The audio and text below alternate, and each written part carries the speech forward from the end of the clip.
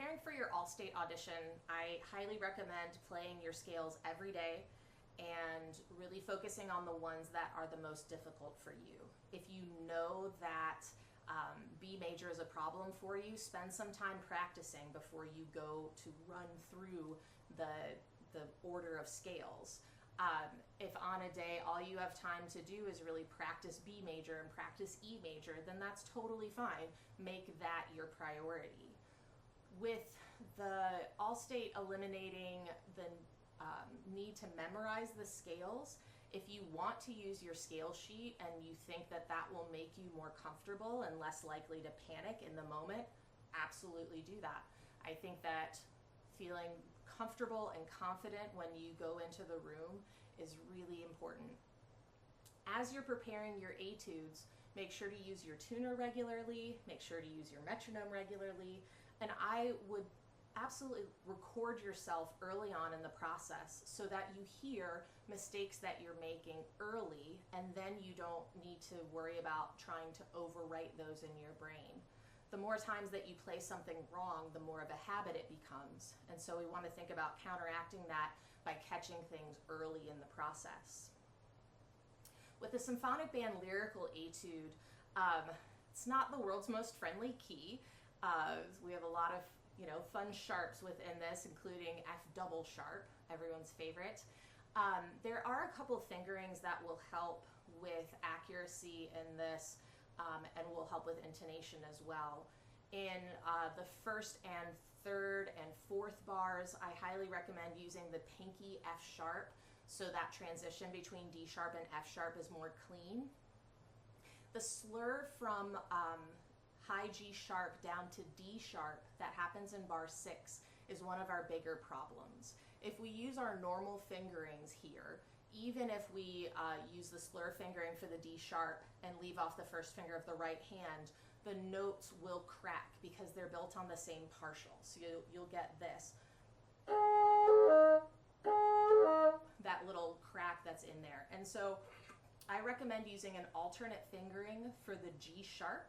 So in the right hand that you'd use the F key and the B flat key. And then that puts the note on a different partial and makes the slur down to the D sharp easier. On that D sharp, make sure you leave off the first finger of the right hand so that the slur speaks cleanly.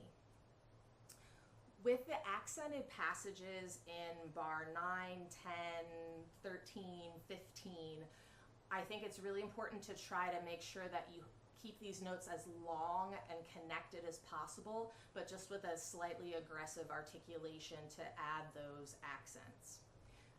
When working on this, I would definitely think in 9 and not in a large 3, but think about subdividing constantly, which is exceptionally important when you get to the parts that have 16th notes within them, so that we make sure that we are playing those accurately, so that you're subdividing in bar 16. When we come down that scale,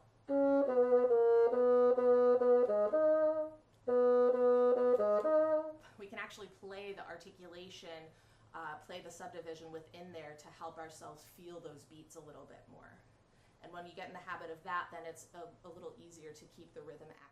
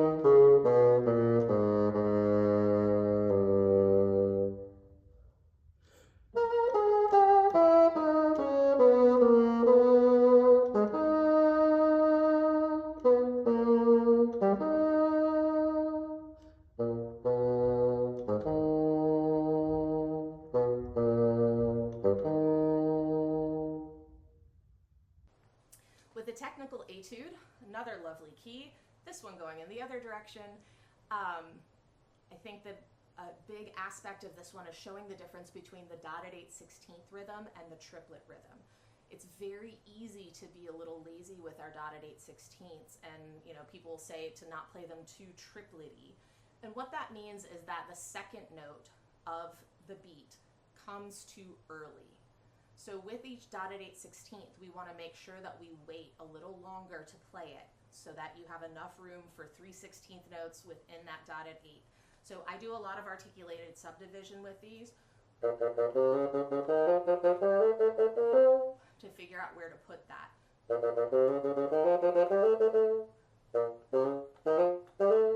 There's almost this hesitation to it when it's placed correctly, but that will make a big difference in terms of people listening to you and having you be accurate musically.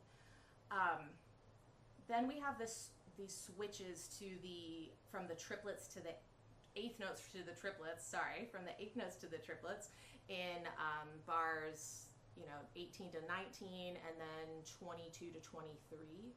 I find that the transition from 22 to 23 is particularly thorny when we're looking at that D flat, C, D flat, C, D flat scenario. And so that's one that I would spend some time practicing just that transition. So just taking the last two notes of 22 and the first couple of notes of 23. I would also put a little accent on the downbeat of 23 to make sure that you feel very confident about where that beat is.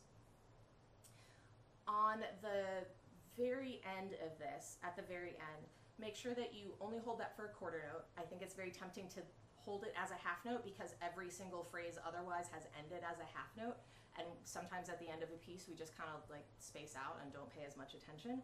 But make sure that you're only holding that for a quarter note and have a nice beautiful resonant release.